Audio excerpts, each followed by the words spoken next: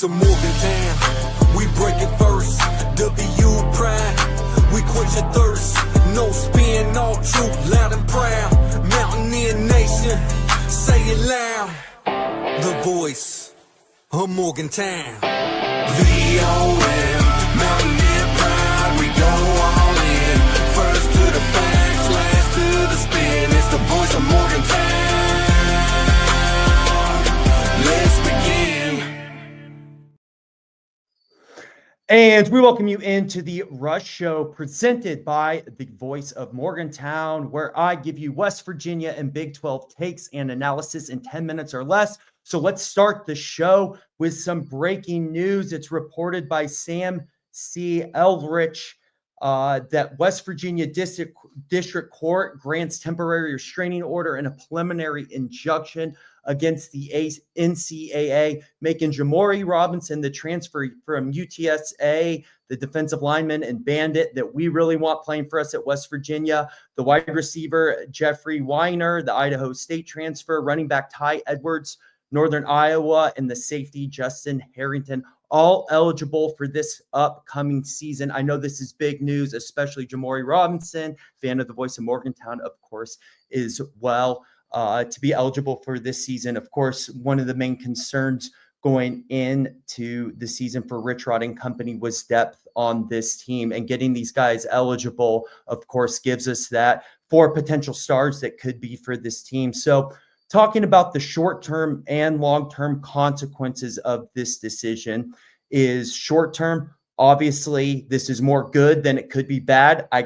The only bad I could see coming from this, of course, this reminds us a lot of the Raekwon Battle situation, and no one can convince me otherwise that the NCAA tried to stick it to us last year with not making March Madness for showing them up in court like this. So if we don't make the college football playoff or we deserve a better bowl, we know why that this happened. So downside of it, obviously the good news to this is these are 4 difference makers, 2 especially for this team this season.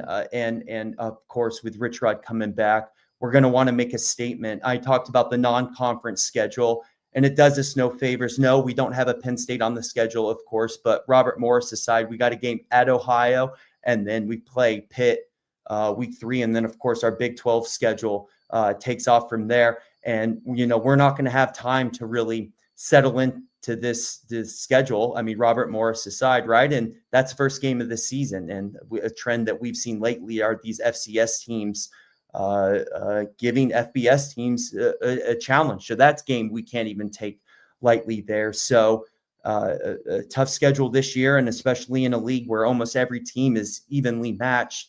A real opportunity for West Virginia to shine here, and having these guys eligible again, especially Robinson, is huge. I can't state it enough. Huge for this team and the ability to really make some noise here in Rich Rod's first year. The long-term implications of this, and this, yeah, we as humans, right? We always think, oh, short-term, live another day, one day at a time, and that's great. It's a great way to live. It's an important way to live. But the long-term implications and why this is important to West Virginia is this is another one of those rulings where it basically says the NCAA is dead, right? Is the NCAA within 5 years, probably by the 2030s, is going to be gone. It's going to be an Olympic sports league, and especially football. I've been saying this for years now. I'll continue to say it.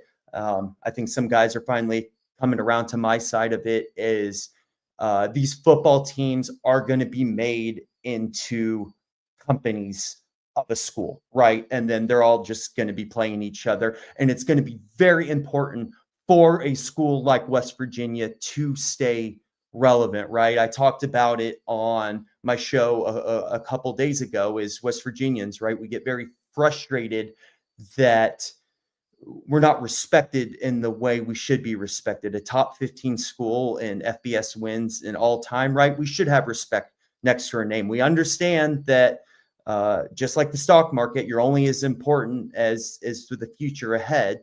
But, you know, give us respect on the history and our names there. But tomorrow's not guaranteed. And with the NCAA, another ruling not going in their favor and them not being around much longer, we have to stay relevant as a football program to stay alive, to stay afloat, because whether we like it or not, and I'm a fan of the Big 12. I love the Big 12. I love what it represents. I love the parity. I love the fact that any team can win it any year. That we had the 16th ranked Arizona State team of last year wins the league and comes this close to beating the Texas Longhorns in the college football playoff. But you have to win to stay relevant. And whether we like it or not, this SEC Big Ten, two conference, Division I, whatever you want to call it, type of league, we get closer and closer to it every year. Just like the NFL is structured with the NFC and AFC. I don't know if it'll be called the SEC and Big Ten. I don't know what governing league will be all over it, but we know it's not going to be the NCAA anymore. And so with a ruling like this, like I said, it's great for this year. It's great for the short term. It's great to keep a school like West Virginia relevant, because the way we stay relevant is to win, is to support our team and be as loud, as proud as we can as fans, and give money, right? It's about bottom line too. But we got to win. It's as simple as that. And we want to be patient with Rich Rod in his first year. We believe he's our guy to move us forward, to keep us relevant. But the times of the past are no longer, and we got to stay focused. We got to stay steady, and we got to make noise. The good news is we saw it a couple years ago.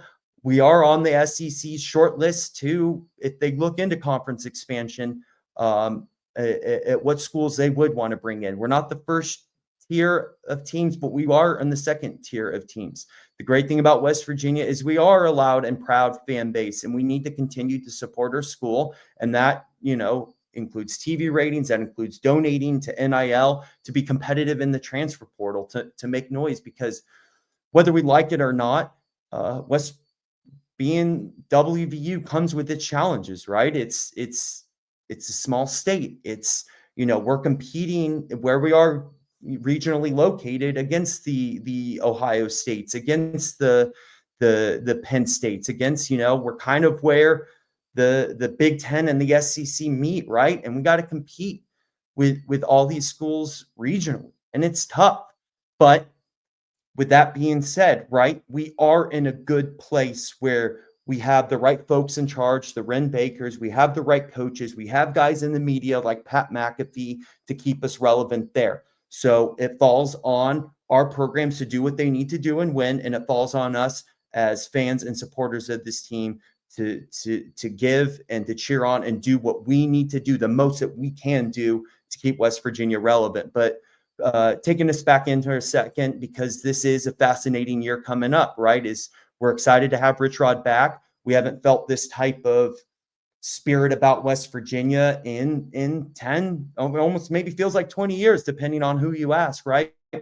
And so it's great to have these guys eligible. It's great that we really do have an opportunity to compete here in the Big 12. And of course, what's very important to this fan base is getting off to a fast start, getting the fans behind it, and going out on September 13th and beating Pitt.